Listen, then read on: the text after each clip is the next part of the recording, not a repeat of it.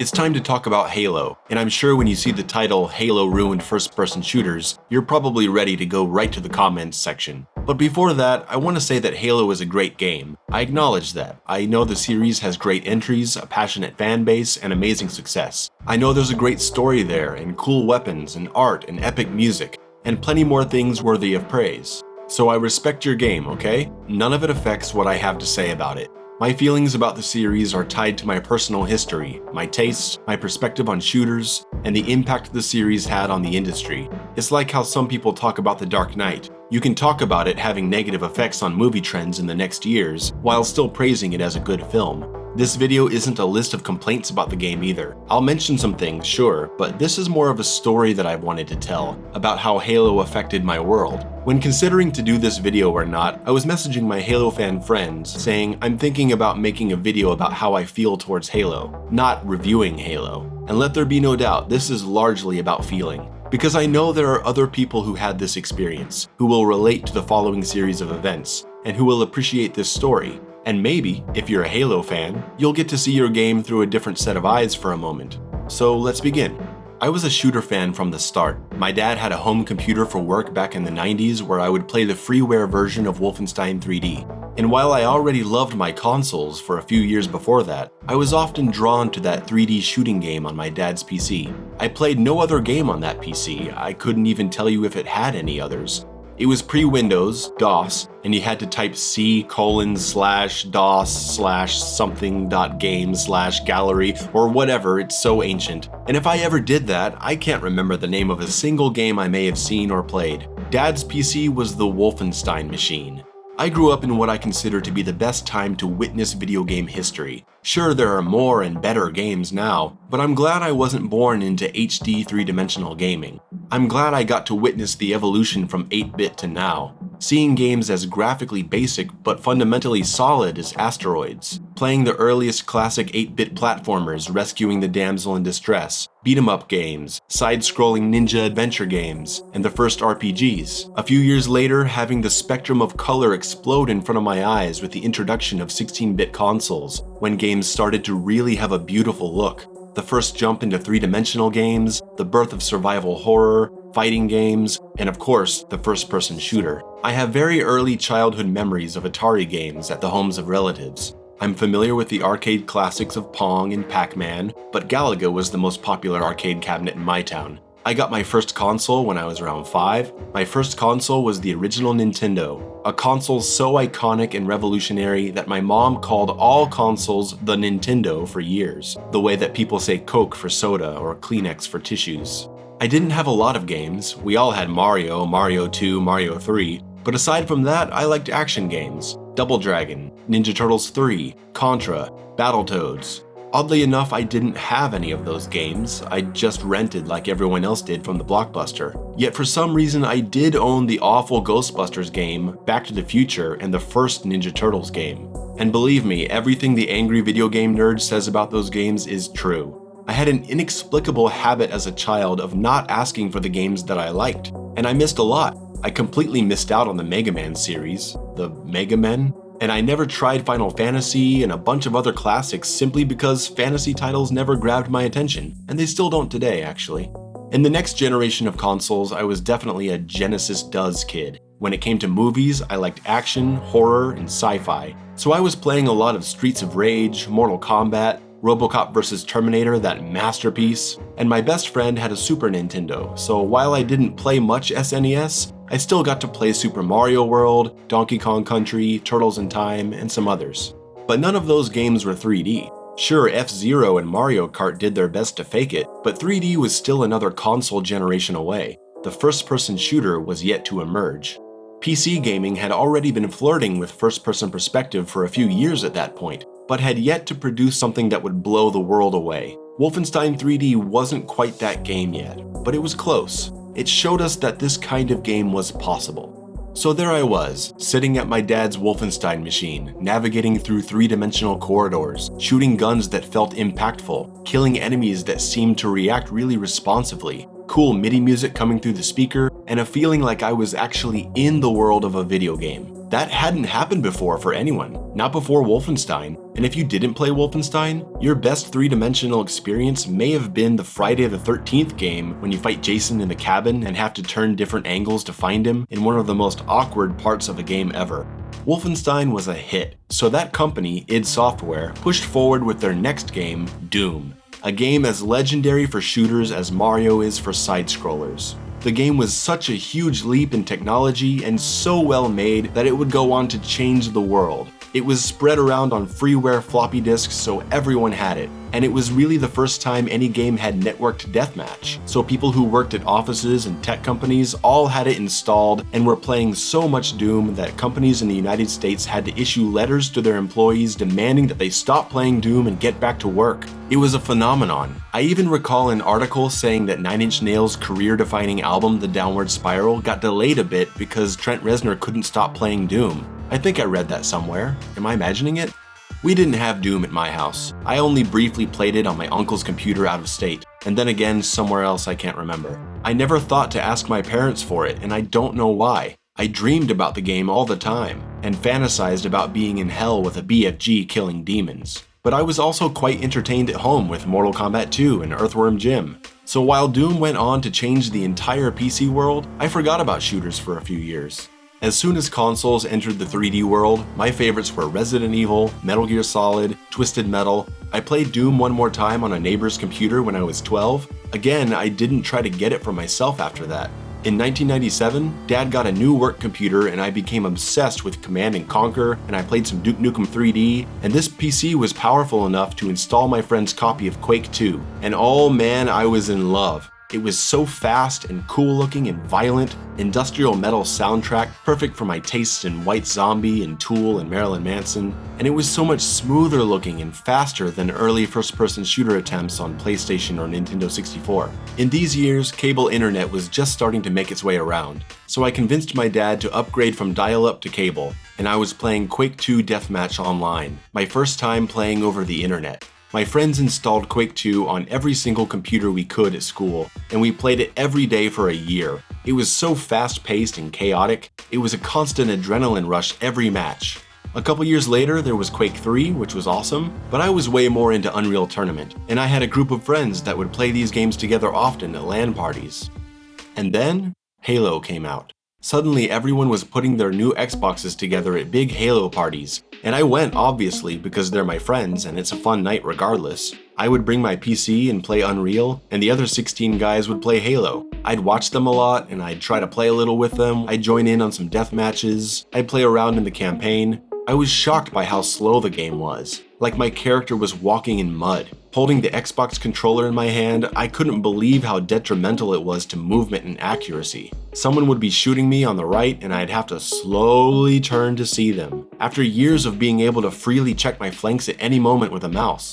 So I'd raise the sensitivity to be able to look around faster. But now I couldn't hit anything with my gun because the camera flew all over the place when I was trying to aim. This stuff is better in modern games, but 20 years ago it was really clumsy. You could only hold 2 weapons, which I thought was lame. All my other games had large weapon inventories, and it's not like this is a military simulation game, it's sci-fi action. Where's my arsenal? I'm holding 2 weapons that I like, and then I find another weapon that looks cool, and I have to drop one of the weapons I like just so I can experiment with a new one. What if I make it 5 minutes and decide I don't like this one and I prefer the other one? It's just gone now? Or I have to go 5 minutes back? It was really off-putting. And the rules of the game just seemed like a bad change. In every other shooter, if you're low on health, you have to go get it. But in Halo, you have a recharging shield and a health bar. The game feels like you're encouraged to hide so you can heal. I became incredibly frustrated by the fact that I could empty my clip into someone, get them really close to death, have to go through this slow reloading animation, and then he gets away. His shield recharges, and it's like my attack meant nothing. We're right back to where we were. And it's not like he strategically placed himself near a health pack like someone playing Quake 3. No, he just heals automatically for hiding. What's the point? At least Halo 1 had a health bar separate from the shield, so there was at least some consequence to a firefight. Halo 2 took away the health bar completely and made the recharging shield your only measure of health, so encounters were left essentially consequenceless as players healed back to 100%. I'm not saying that Halo invented all these mechanics, I couldn't tell you with confidence which ones they did invent, but it certainly popularized it, and these mechanics spread like wildfire quickly after.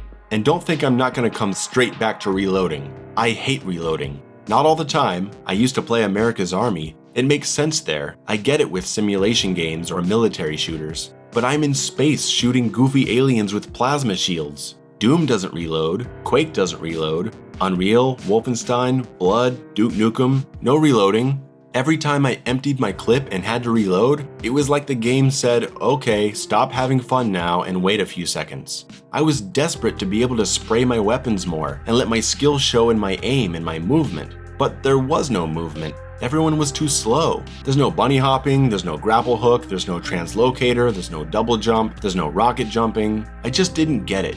I didn't understand why everyone was playing this slow, clumsy, restrictive shooter when there were so many other games that were more fun. Soon after the Halo craze started, I said to my best friend, this is gonna ruin everything.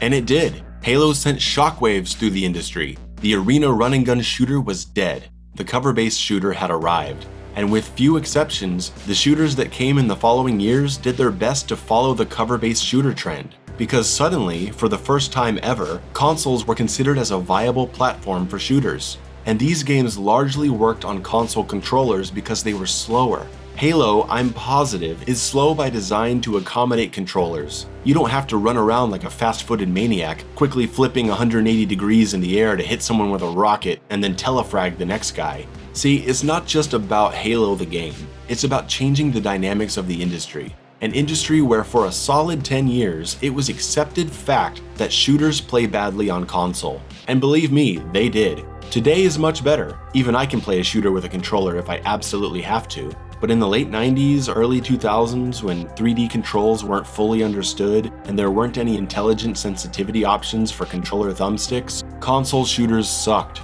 But not only did Halo prove you could do it, there was a much bigger audience on console than there was on PC. Why make PC-focused run and gun shooters when you can make these slower cover-based shooters for everyone on console? In the mid-90s to the early 2000s, we had a really nice variety of quality shooters for different audiences. Console gamers even had a couple shooters of their own with GoldenEye and Perfect Dark. But if you've ever wondered why there's a rift between console gamers and the PC master race, I'd say it started here. They were always mostly separate communities, but there wasn't that much hostility, as far as I can remember. Games were games. We played Zelda one night and StarCraft the other.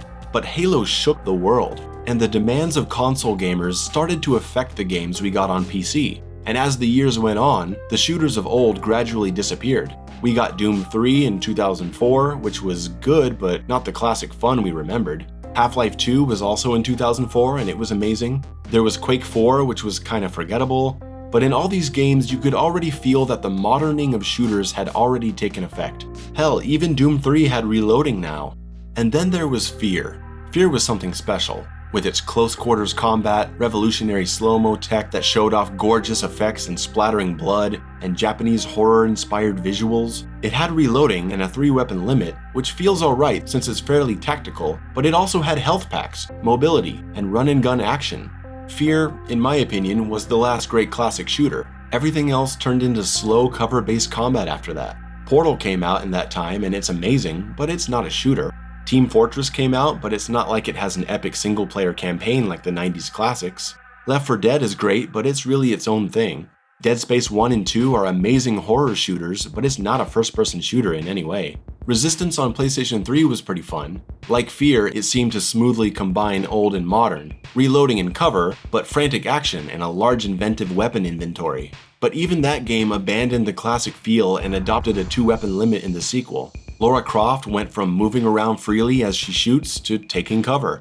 Nathan Drake hides behind cover for 90% of the Uncharted games. And I like the Uncharted games, calm down, I'm talking about action trends here. Gears of War, Call of Duty, all the way up to modern games like Fortnite and Apex Legends. It just goes on and on. Games where you're hiding behind cover, waiting for reload animations in the middle of a fight, hiding to recharge your shields.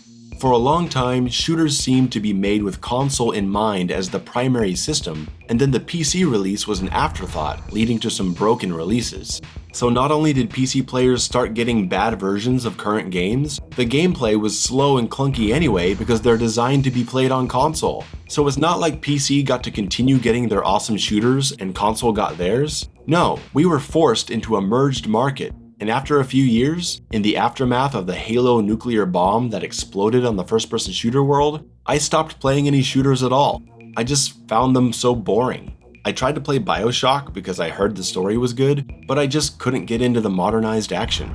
If you're having a hard time seeing why PC gamers might be upset about their games being designed for console first, think of it this way. Take The Legend of Zelda. Originated on console, stayed on console, designed to be played with a controller for decades. Now imagine that around the time of Majora's Mask, suddenly they started designing the game for PC first. They built the games entirely around the specs of modern powerful computers and designed the gameplay and controls around the flexibility of mouse and keyboard. And now the best way to play Zelda games for 15 years is to have a gaming PC. And on your Nintendo console, you just get a ported version that is buggy and doesn't play that well with a controller because it was designed for mouse and keyboard. Don't you think Zelda fans would be pissed? Well, that's exactly what happened here. Only it wasn't a single game, it was an entire genre of games.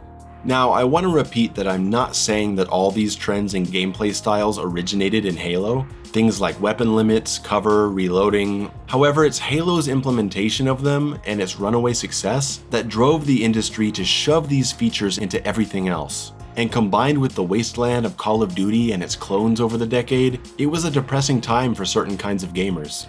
I really resented Halo for a long time, and by the early to mid 2010s, it was all Call of Duty and Halo. Everywhere you looked, it was slow cover-based shooting with recharging health and reloading and 2-weapon inventory limits, and I was just sick of it. After about a 10-year break from shooters, I started seeking out old shooters that I remembered. I got Quake 2 again, and Duke Nukem 3D, and I finally played Doom and Doom 2 completely, and discovered Brutal Doom and had a blast playing so many mods and user-made levels. That's where I truly found my love for Doom and started to really understand as an adult what it was that I liked so much about those games. And then Doom 2016 came out, a huge middle finger to the previous 15 years of shooter design. Screw your regenerating health, you gotta work for it now. Screw your reloading and your weapon limit. Screw your cover system, these demons will pound you into the ground if you try to hide. Buckets of blood and industrial music, exploration of levels and secrets, Quake 3 style jump pads, double jumping.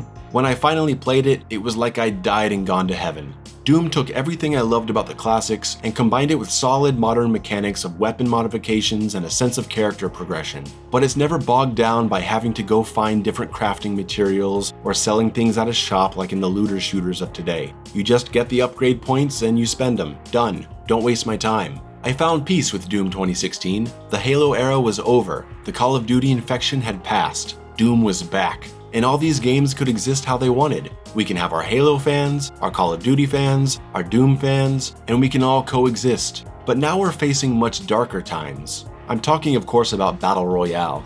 Games which are 90% running around, picking up items, waiting in lobbies, and falling from the sky.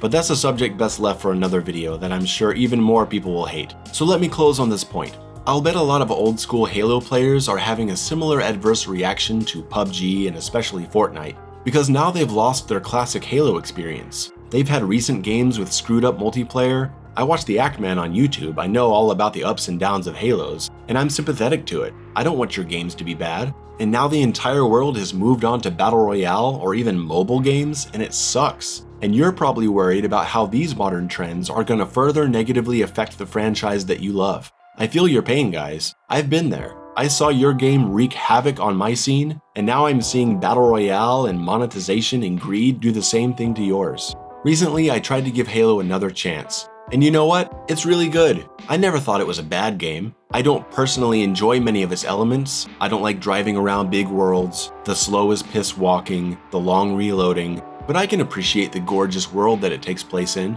I love the obvious aliens influence. I noticed that the ship at the beginning is a dead ringer for the Sulaco. I think the enemies are really cool. Visually, they're a bit bland to me, but I love how much personality they have. They're aggressive and smart. They make funny noises and talk. It's really cool. The guns feel good to use. I like the standard rifle a lot. And the sniper rifle is super satisfying. The game is good. It just loses my attention after a while. I was able to set aside my feelings about how Halo affected me personally and just look at it as a game. And as a game, it's great. I understand why it was so popular. I just wish that popularity hadn't been so detrimental to game development for the 2 generations that followed. Thanks for watching my video. I hope I didn't upset too many people. I've just wanted to talk about this for a long time. If you liked the video, you know what to do. I'll be producing more analysis and opinion content in the future, and I hope you'll come check that out too. See you next time.